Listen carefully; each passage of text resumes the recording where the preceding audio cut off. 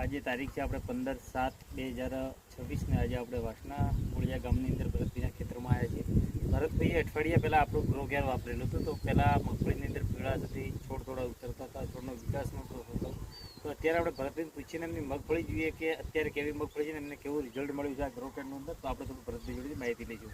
ભરતભાઈ, તમે આ grow care વાપર્યું છે, એના પહેલાં મગફળીમાં ને આજે તમે વાપરીને લગભગ અઠવાડિયે 10 દિવસ સેવા થયા છે, રિઝલ્ટમાં કેવો ફરક છે? શું તમને રિઝલ્ટ મળ્યું છે એ તમે થોડું ખેડૂતને જણાવો. બહુ સરસ છે, વિકાસ પણ સારો છે. બરોબર.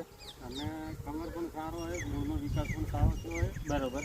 અને અત્યારે તો એકદમ ફ્રેશ પ્લોટ જોઈ શકો છો આપણે મગફળી એક નંબર છે. અને જો કે કલર સારો છે, વિકાસ સારો છે, અને પણ અંદરથી તંદમૂળ બીજા બધા સારા મૂકેલા છે.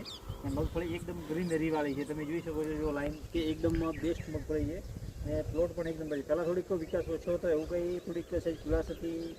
પીળાશ હતી, પણ મેં તો શરૂઆતમાં જ નાખી દીધું. શરૂઆતમાં 15 દિવસ તો નાખી દીધા. આજે લગભગ 25 દિવસની થઈ ગઈ મગફળી. 28 દિવસની મસ્ત જોરદાર મગફળી થઈ ગઈ છે, આપણે જોઈ શકો છો. અને પણ અત્યારે પણ બીજા ખેડૂતોને આ વસ્તુ ખરેખર વાપરવી જોઈએ. કેમ કે રિઝલ્ટ એટલું બેસ્ટ છે ને કે ભરતભાઈ પોતે પણ ખુશ થઈ જાય. ખુશ થઈ ગયા? હા, ખુશ થઈ. એમ ને. હવે તમે ખેડૂતોને કઈ વસ્તુ વાપરવાનું કહેશો?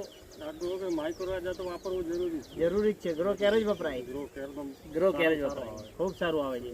ઓકે, ને આપણે પણ મગફળી જોઈ શકો છો.